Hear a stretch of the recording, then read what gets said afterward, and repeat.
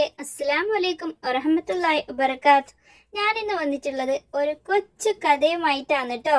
നമ്മളുടെ ഈ ചാനൽ ഇഷ്ടപ്പെടുകയാണെങ്കിൽ ഒന്ന് സബ്സ്ക്രൈബ് ചെയ്യാനും കൂടാതെ ആ തൊട്ടടുത്തുള്ള ആ കുഞ്ഞു ബെൽ ബട്ടൺ ഒന്ന് പ്രസ് ചെയ്യാനും ലൈക്ക് ചെയ്യാനും ഷെയർ ചെയ്യാനും കമന്റ് ചെയ്യാനും മറക്കല്ലേ.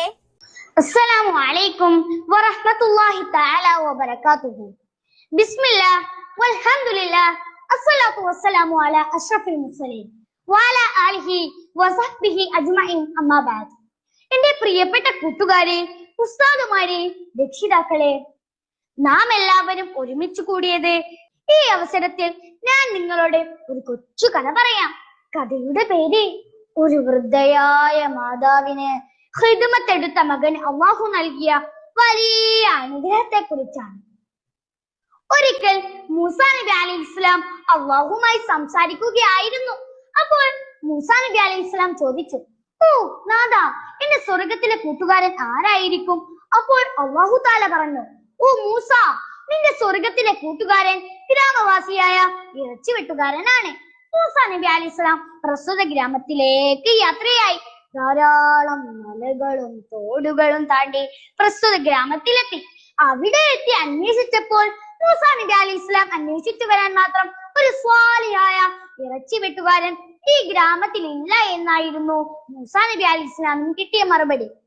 മൂസാ നബി അലൈഹിസ്സലാം അവിടം വിട്ട് വീണ്ടും യാത്രയായി. അന്വേഷണത്തിനൊടുവിൽ ഒരു ഇറച്ചി വെട്ടുകാരനെ കണ്ടുപിടിച്ചു. അയാളുടെ കടയുടെ അരികിലെത്തി.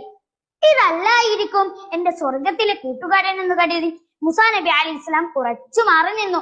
അതിനുശേഷം മുന്നോട്ട് വന്നു നിന്നു. ആ മനുഷ്യൻ കുറെ ആളുകൾക്ക് ഇറച്ചി വെട്ടി നൽകുന്നു. കുറച്ചു മാംസം മാത്രം മാറ്റി വെച്ചതിന് ശേഷം മൂസാ നബി അലൈഹിസ്സലാമിനോട് ചോദിച്ചു, അങ്ങ് ആരാണ്? ഞാനൊരു യാത്രക്കാരനാണ്. അങ്ങ് എന്തിനാണ് വന്നത്? ഞാൻ വെറുതെ വന്നതാണ്. അങ്ങ് എവിടുന്ന് വരുന്നു? ഞാൻ മിസ്രിൽ നിന്ന് വരുന്നു. മൂസാ നബി അലൈഹിസ്സലാം പോകാൻ തീരുമാനിച്ചപ്പോൾ ആ മനുഷ്യൻ പറഞ്ഞു, അങ്ങ് പോകരുതേ, അങ്ങ് ഇന്ന് എന്റെ അതിഥിയാണ്. അങ്ങനെ അവർ രണ്ടുപേരും യാത്രയായി. നടന്ന് ഒരു അടഞ്ഞ് കിടക്കുന്ന വീടിന് മുമ്പിലെത്തി. ആ മനുഷ്യൻ ആ വീടിന്റെ വാതിൽ തള്ളി തുറന്നു. അതിനുശേഷം മൂസാ നബി അലൈഹിസ്സലാമിനെ ആ വീട്ടിലേക്ക് സ്വീകരിച്ച് അണിയിച്ചിരുത്തി. അതിനുശേഷം താൻ കൊണ്ടുവന്ന ഇറച്ചിയുമായി അടുക്കളയിലേക്ക് പോയി കഴുകി അടുപ്പിലാക്കി. അതിനുശേഷം താൻ പാകം ചെയ്ത ഇറച്ചിയുമായി മൂസാ നബി അലൈഹിസ്സലാമിന്റെ അരികിലെത്തി കഴിക്കാൻ ആവശ്യപ്പെട്ടു. മൂസാ നബി അലൈഹിസ്സലാം ചോദിച്ചു, ഈ വീട്ടിൽ നീയല്ലാതെ മറ്റാരുമില്ലേ? ഉണ്ട് എന്ന മറുപടിയുമായി ആ മനുഷ്യൻ അടുക്കളയിലേക്ക് തന്നെ പോയി. കുറച്ചു സമയം കഴിഞ്ഞതിന് ശേഷം അതാ ഒരു വൃദ്ധയായ മാതാവിനെയും താങ്ങി എടുത്തുകൊണ്ടതാ ആ മനുഷ്യൻ കടന്നു വരുന്നു. അതിനുശേഷം ആ മാതാവിനെ ആ മകൻ കസേരയിൽ ഇരുത്തി. അതിനുശേഷം എങ്ങനെയാണോ ഒരു പിഞ്ചു കുഞ്ഞിന് മാതാവ് ഭക്ഷണം നൽകുന്നത്, അതുപോലെ ആ മാതാവിന് ആ മകൻ ഭക്ഷണം നൽകി. ഒരു കഷ്ണം ഇറച്ചിയെടുത്ത് കയ്യിൽ വെച്ച് മയപ്പെടുത്തി ആ മാതാവിന്റെ വായിലേക്ക് വെച്ചു കൊടുത്തു.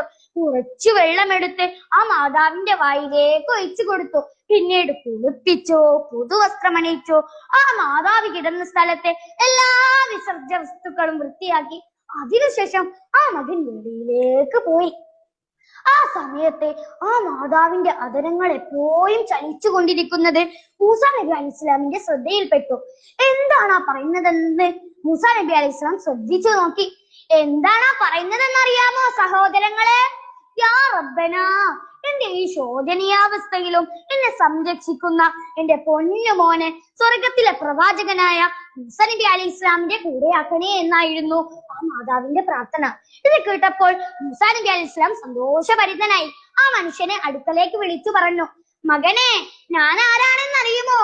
അന കലീമുല്ലാഹി മൂസ, ഞാൻ പ്രവാചകനായ മൂസാ നബിയാണ് മകനെ. ഇത് കേട്ടപ്പോൾ ആ മനുഷ്യൻ സന്തോഷഭരിതനായി കണ്ണീർ വാർത്തുകൊണ്ട് മൂസാ നബി അലൈഹിസ്സലാമിനെ ആലിംഗനം ചെയ്തു. പിന്നീട് മൂസാ നബി അലൈഹിസ്സലാം അവിടെ നിന്ന് സലാം പറഞ്ഞു മടങ്ങി. പ്രിയ കൂട്ടുകാരെ, ഈ കഥയിൽ നിന്നുള്ള ഗുണപാഠം എന്താണ്? പ്രിയപ്പെട്ട മാതാപിതാക്കൾക്ക് വേണ്ടി ധാരാളം ഹിദ്മത്തെടുക്കുക.